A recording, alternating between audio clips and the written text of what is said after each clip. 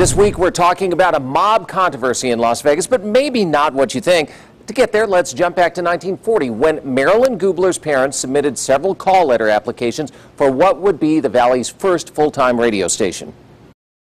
The FCC came back and they said, "You've got KENO." Oh, they were so excited. They jumped up and down and hugged each other. Gubler's parents were radio pioneers, with Laura Bell-Kelch hosting the popular Listen Ladies talk show. But by 1955, Maxwell was ready for change. It's a lot of work running a radio station and 40 employees and so forth. KENO AM and FM simulcast a variety of formats for the next couple of decades until Lotus Communications took over. What they saw was they had acquired the FM, so it was KENO FM and basically just doing an FM version of Top 40. Lark Williams was working weekends at KENO FM when the new owners arrived to shake things up. In comes this striking woman, all dressed to the nines in an entourage. Nancy Reynolds was our general manager at the time. I was the promotion director, and we all sat around, kicked it around.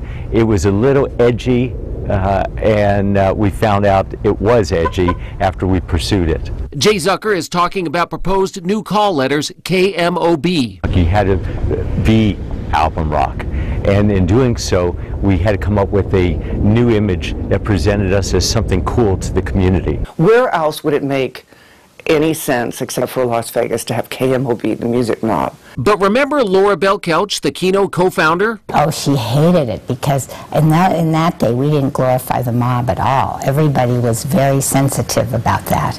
And we had worked very hard to create a community with a reputation that had nothing to do with the mob. This at a time when mob activity kept making headlines. We didn't make it so much of a news thing as a music mob thing, and it was just so perfect and fitting for the history of the town.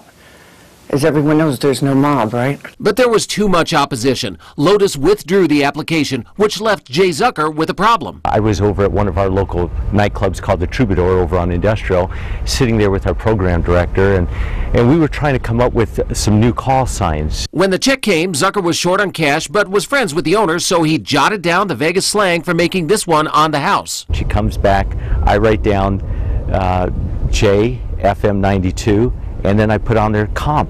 92 KOMP. Oh yeah, no problems on that at all. It was just the mob image that we had been trying for years to shake.